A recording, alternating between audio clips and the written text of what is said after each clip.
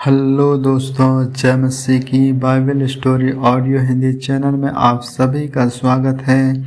आज हम पवित्र शास्त्र बाइबल के एक नए ऑडियो स्टोरी से जानेंगे। यहोशू के पुस्तक से पश्चिम में मनश्शेस का भाग के बारे में। हालेलुया। फिर यूसुफ के जेठे मनश्शेस के गोत्र का भाग चिट्ठी डालने से यह ठहरा, मनश्शेस का जेठा पुत्र गिलाद का पिता माकीर योद्धा था, इस कारण उसके वंश को गिलाद और बशान मिला। इसलिए यह भाग दूसरे मनश्शेसियों के लिए उनके कुलों के अनुसार ठहराया, अर्थात अबजीएल, हेल्के, एर्सियल, सेकेम, हेफेर और शामीदा, जो अपने अपने कुलों के अनुसार यूसुफ के पुत्र मनश्शेस के वंश में के पुरुष थे, उनके अलग अलग वंशों के लिए ठहराया। परंतु एफेर, जो गिलाद का पुत्र माकीर का पोता और मनश्शेस का परपोता था, उसके पुत्र सलोफाद के बेटे नहीं बेटियां हुई, और उनके नाम महला, नोआ, होगला, मिल्का और तिर्शा है। तब वे एलीआजर याजक, नून के पुत्र यहोशू और प्रधानों के पास जाकर कहने लगी, यहोवा ने मूसा को आज्ञा दी थी कि वह हमको हमारे भाइयों के बीच भाग दें। तो यहोशू ने यहोवा की आज्ञा के अनुसार उन्हें उनके चाचों के बीच का भाग दिया।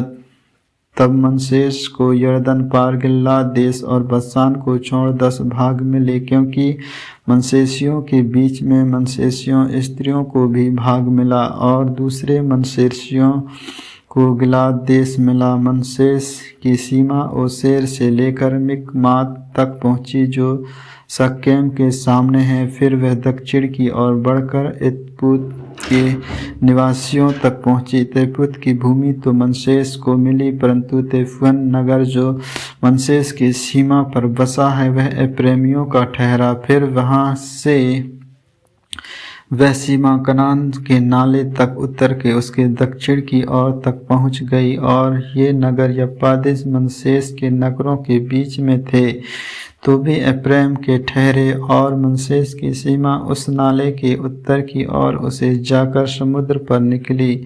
दक्षिण की ओर से कादेश एप्रैम की ओर उत्तर की ओर का मनश्शेस को मिला, और उसकी सीमा समुद्र ठहरी, और वह उत्तर की ओर आसेर से वह पूर्व की ओर इस्साकार से जा मिली। और मनश्शेस को इस्साकार और आसेर अपने अपने नगरों समेत बेतशान, यबलाम और अपने नगरों समेत दूर के निवासी, और अपने नगरों समेत एंदोर के निवासी, और अपने नगरों समेत तानाक के निवासी, और अपने नगरों समेत मिग्दोन के निवासी, ये तीनों जो ऊंचे स्थानों पर बसे हैं मिले। परंतु मनश्शेसियों उन नगरों के निवासियों को उनमें से नहीं निकल सके, इसलिए वे कनानी उस देश में बलपूर्वक बसे ही रहे। तो भी जब इजरायली सामर्थी हो गए, तब कनानियों से बेगारी तो कराने लगे, परंतु उनको पूरी रीति से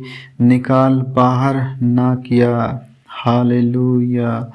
एप्रैम और मनश्शेस गोत्रों द्वारा अधिक भूमि की मांग।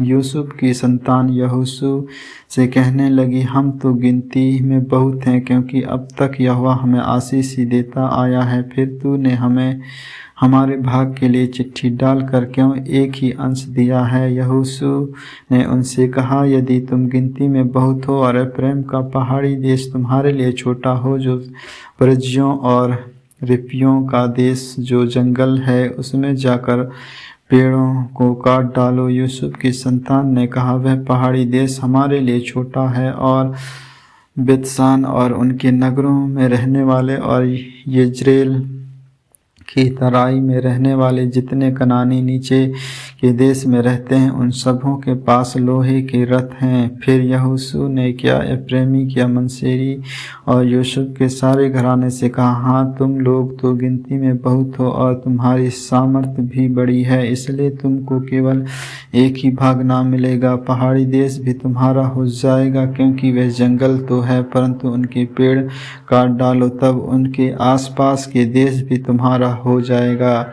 क्योंकि चाहे कनानी सामर्थी हो और उसके पास लोहे का रथ भी हो, तो भी तुम उन्हें वहां से निकाल सकोगे।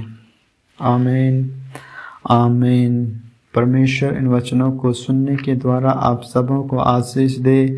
आगे के और भी ऑडियो स्टोरी सुनने के लिए Bible story audio Hindi channel को लाइक, सब्सक्राइब और बेल आइकन को दबाएं। सभी प्रिय भाई बहनों को जय मसीह की।